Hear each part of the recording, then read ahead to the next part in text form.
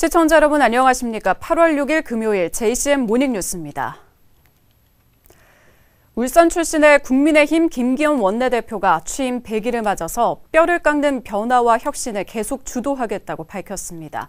김 원내대표는 국민에게 희망을 주고 대한민국의 회복과 도약을 위해 반드시 내년 대선에서 승리하겠다고 말했습니다. 김영환 기자가 보도합니다.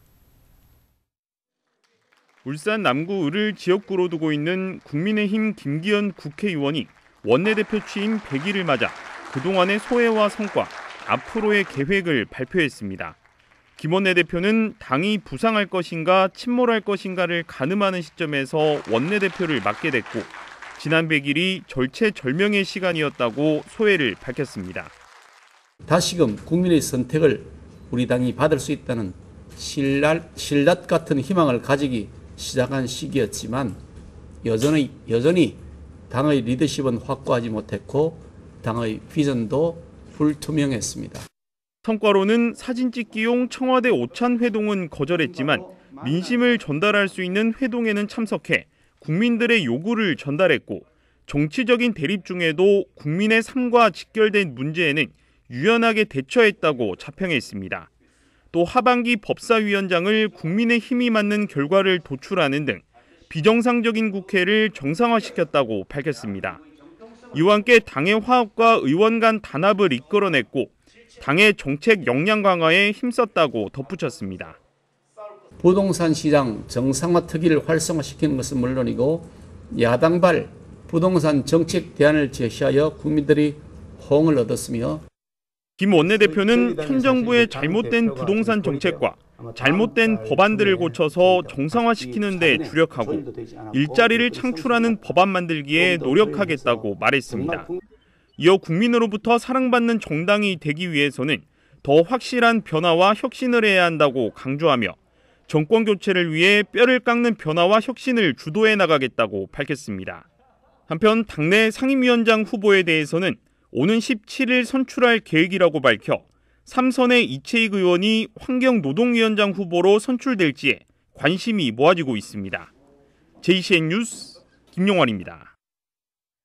국민의힘 이채익 국회의원이 울산 지역 환경 보전에 총력을 기울이겠다고 밝혔습니다. 이 의원은 어제 울산 지역 환경보전협의회와의 간담회 자리에서 울산 지역 환경보전 관련 예산 확보를 비롯해 친환경 기업들이 기업하기 좋은 환경 조성에 앞장서겠다고 말했습니다. 환경보전협의회는 사업장 폐기물 매립지 부족 문제와 태화강력 인근 하수 악취 문제, 여천천 수질 개선 등에 대한 정치권의 협조를 요청했습니다. 김미영 시 의원이 서면 질문을 통해 연포산 터널 무료화를 촉구했습니다. 김 의원은 동구 주민들이 시내로 진출입하는 관문인 연포산 터널을 무료로 이용할 수 있어야 한다는 의견을 꾸준히 제기해오고 있다며 울산의 어느 터널도 요금을 받는 곳이 없는 만큼 지역 균형 발전 차원에서 통행료를 무료화해야 한다고 주장했습니다. 김 의원은 이어 일각에서는 울산시가 민간 사업자로부터 관리와 운영권을 사들여야 한다는 주장이 있다며 인수시 울산시가 부담해야 하는 예산 규모가 어느 정도인지 그리고 무료화에 대한 구체적인 입장을 밝힐 것을 요구했습니다. 기재부 제2차관이 주재하는 지역별 예산협의회가 어제 부산시청에서 열렸습니다. 어제 협의회에는 부산과 울산, 경남 3개 시도의 부시장과 부지사, 핵심 사업 실국장 등이 참여했으며 울산에서는 조원경 경제부시장이 참석해 울산 외곽순환고속도로 건설과 울산 의료원 설립, 3D 프린팅 융합기술센터 구축 등에 대한 국비를 요청했습니다. 울산은 부산, 경남과 함께 국비 확보 공동대응반을 구성해 국가예산 심의 동향을 공유하는 등 긴밀한 협력 체제를 가동하고 있습니다. 울산시가 도시 기반 시설에 정보통신 기술을 융합하는 스마트 도시 조성과 운영 조례를 입법 예고했습니다. 조례안에는 5년마다 스마트 도시 계획 수립과 스마트 도시 통합 운영센터 설치, 기반 시설의 관리 및 운영과 준공 검사 등을 협의하는 스마트 도시 사업 협의회를 운영하는 내용이 담겨 있습니다. 울산시는 도시 기반 시설에 정보통신 기술을 융합해서 시민들이 보다 안전하고 편리한 일상을 체감하도록 노력할 계획입니다. 유진규 울산경찰청장이 어제 진화해수욕장을 찾아 범죄 대응 상황과 코로나19 방역 현장을 점검했습니다.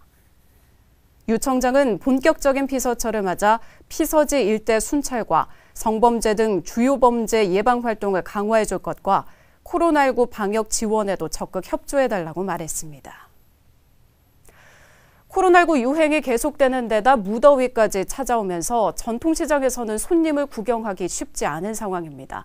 전통시장은 저마다 손님들의 편의성을 높일 주차장 이동 카트를 운영하고 온라인 배송에도 도전하는 등 활로를 찾기 위해서 안간힘을 쓰고 있습니다. 김동현 기자입니다. 한낮 온도가 30도를 넘어선 날씨, 동구의 한 전통시장. 조그만 전동차가 시장 곳곳을 오갑니다. 전통시장에서 운영하는 무료 배달 차량입니다. 시장과 공영시장이 100m가량 떨어져 있는 단점을 보완하기 위해 도입했습니다. 장을 본 짐을 이 카트에 싣고 주차장까지 이동하면 무더운 더위에도 편리하게 시장을 이용할 수 있습니다. 무더운 여름 무거운 물건을 판매하는 데 어려움을 겪었던 상인들의 반응이 좋습니다. 지금 날씨도 덥고 거리도 멀고 하니까 무거운 거 있을 때는 이제 사가가기가 불편하고 근데 이제 저거 있으니까 주차장까지 이제 좀 편하게 할 수 있으니까. 비대면 시대에 발맞춰 지난해부턴 온라인 배송 서비스도 시작했습니다. 온라인으로 먹거리나 생활용품을 주문하면 평일 기준 2시간 이내에 물품을 받아볼 수 있습니다. 지역 주민들의 호응을 얻으며 월 평균 100여 건의 주문이 이어지고 있습니다. 그 시장 안에도 너무나 깨끗하게 잘 해놨습니다. 그 고객분들 마음 편안하게 놓고 시장 볼 수 있도록 저희 상인회에서 최선을 다하고 있습니다. 코로나19 재유행에 폭염까지 찾아오며 이중고를 겪고 있는 전통시장 상인들. 시설 현대화뿐만 아니라 새로운 판매 방식을 받아들이며 이용객들의 편의성을 높이기 위한 노력을 계속하고 있습니다. JCN 뉴스 김동영입니다. 폭염이 계속됨에 따라 울산시가 어제 폭염 대응 비상 3단계를 발령하고 재난안전대책본부를 가동했습니다. 울산시는 비상 3단계 발령으로 그동안 운영 중이던 폭염 대응 전담반을 6개 반 6개 부서에서 13개 반 28개 부서로 조직과 인력을 확대했습니다. 울산시는 취약계층 보호와 야외 근로자 무더위 휴식제 점검, 시민 홍보 등을 강화할 방침입니다. 울산시가 폭염 취약계층의 건강한 여름나기를 위해서 냉방용품을 지원합니다. 대상은 홀몸 어르신 등 폭염 취약계층 4만 7천여 명과 농어촌 가구 1만 6천여 세대 등입니다. 울산시는 찬물에 적셔서 목에 두를 경우 7도가량 체감온도를 낮출 수 있는 쿨 스카프를 지급할 예정입니다. 어제부터 이달 말까지 태화 종합시장 등 중구 지역 전통시장 내 마스크 착용 여부에 대한 집중 단속이 실시됩니다. 중구청은 최근 폭염으로 인해 시장 내에서 마스크를 쓰지 않는 사례가 발생하고 있어 시장 상인과 방문객들을 대상으로 마스크 착용과 방역 지침 준수 여부 등에 대해 집중 단속에 들어갑니다. 단속반은 마스크 착용 의무 위반 시 1차로 계고장을 발부하고 마스크 착용 요청을 지속적으로 거부할 경우 과태료를 부과할 방침입니다. 울산시는 어제 시청 햇빛광장에서 공공기관 사랑의 헌혈 릴레이 행사를 진행했습니다. 어제 헌혈 행사는 울산 지역 혈액 수급이 우려 수준인 주의 단계 진입을 앞두고 원활한 혈액 수급을 위해 마련됐습니다. 올 상반기 헌혈 참여 인원은 4만 2천여 명으로 지난 2019년에 비해 3,300여 명이 감소했고 단체 헌혈의 경우 지난해보다 22%가량 줄었습니다. 울산시는 지역사회의 헌혈 문화가 정착되기를 바란다며 시민들의 헌혈 동참을 당부했습니다. 울산항만공사가 지역 내 선별진료소 5곳에 응원 냉장고를 설치했습니다. 항만공사는 연일 계속되는 폭염 속에서도 코로나19 방역에 힘쓰고 있는 선별진료소 의료진과 검사를 위해 방문한 시민들을 위해서 응원 냉장고를 설치했다고 밝혔습니다. 선별진료소 5곳에 설치된 응원 냉장고에는 시원한 생수와 음료를 매일 1,000여 개씩 한 달간 3만여 개가 공급되며 다음 달 2일까지 운영됩니다. 잇따른 노동자 재해 사망 사고로 기소된 현대중공업과 한영석 현대중공업 대표이사가 1심 재판에 대비해 대규모 변호인단을 꾸렸습니다. 송인택 전 울산지검장과 차장검사 출신 등 울산지검을 거쳐간 검사들 대다수가 변호인단에 참여했습니다. 구현희 기자입니다. 지난 2019년 9월부터 지난해 5월까지 9개월 동안 5명의 노동자가 숨진 현대중공업. 검찰은 잇따른 중대재해가 발생한 책임을 물어 한영석 대표이사와 전현직 임직원, 협력사 대표 등을 무더기로 재판에 넘겼습니다. 양벌 규정에 따라 원청인 현대중공업과 협력사 2곳도 함께 기소됐습니다. 아직 첫 재판 기일이 정해지지 않은 가운데 한영석 대표이사와 현대중공업은 검사 출신 변호사들로 대규모 변호인단을 꾸렸습니다. 1심 재판에 변호인단에만 무려 11명의 변호사가 이름을 올렸는데 이 중 8명이 검사 출신 정관 변호사들입니다. 울산지검장을 지낸 송인택 변호사와 울산지검 차장검사 출신의 최성남 변호사를 비롯해 전직 울산지검 공안부장과 특수부장 등 울산지검 출신 변호사들이 대거 선임됐습니다. 이들 중 2명은 현재 국내 최대 로펌 김앤장 소속 변호사들입니다. 특히 검사장 출신의 송인택 변호사와 차장검사 출신의 최성남 변호사는 현대중공업 법인과 한영석 대표이사, 하수 전 부사장의 변호를 동시에 맡았습니다. 검찰은 앞서 수사 과정에서 현대중공업을 압수수색하기도 했는데 중대재해로 기업을 압수수색한 전례가 흔치 않아 이례적이라는 평가였습니다. 중대재해처벌법 시행을 앞두고 산업안전중점검찰청인 울산지검이 산업안전 범죄에 엄정 대응하겠다는 의지를 드러낸 것으로 해석됩니다. 현대중공업 역시 이러한 점을 염두에 두고 변호인단을 구성한 것으로 보입니다. 중대재해에 대한 관심이 어느 때보다 높은 시점에 열리게 될 이번 재판은 사안의 중대성만큼이나 울산지검과 울산지검 출신 변호인단의 창과 방패 대결에 관심이 쏠리고 있습니다. JCN 뉴스 구현입니다.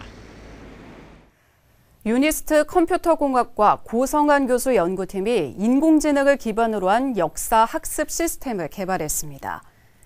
이 시스템은 인공지능이 역사적인 사건과 연대, 지리적인 정보를 연계해서 화면에 보여주고 학습 주제를 추천하는 기법으로 세계사적인 사건이 선택되면 발생 시기와 위치는 물론 중요한 이벤트가 강조돼 표시됩니다.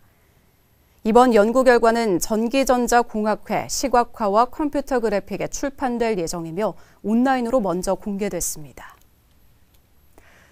울산시 교육청 특수교육지원센터가 관계기관과 협의체를 구성하고 장애학생 문화예술 분야 취업 지원에 나섰습니다.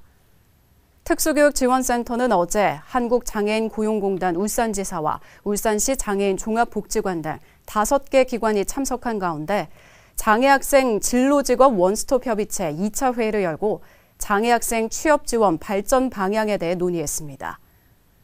어제 회의에서 특수교육지원센터와 5개 기관은 장애학생 취업 관련 중점 추진 사항을 공유하는 등 장애학생들의 문화예술 분야 취업 지원을 위해 상호 협력하기로 했습니다. 차량 화재 현장에서 적극적으로 진화 활동을 펼친 단체와 시민들에게 표창장이 수여됐습니다. 남부소방서는 대한유와 울산공장 자체소방대와 시민 김기수, 정혜원 씨에게 표창장과 감사패를 전달했습니다. 대한유와 자체소방대는 지난 27일 남구 부곡동 차량 화재 현장에 출동해 진화를 도왔고 김기수 씨와 정혜원 씨는 같은 날 남구 무거동에서 있었던 시내버스 화재 현장에서 소화기로 초기 진화에 나서는 등 화재 진화에 큰 도움을 줬습니다. 남구청이 코로나19로 인한 청년 실업률 해소와 청년 일자리 제공을 위해서 청년 창업점포 지원사업 예비창업자 40팀을 선정했습니다. 이번에 선정된 팀들은 수탁기관과 협약을 체결한 후 절차에 따라 시설 개선비 500만 원과 임차료 월 50%, 최대 60만 원이 지원됩니다.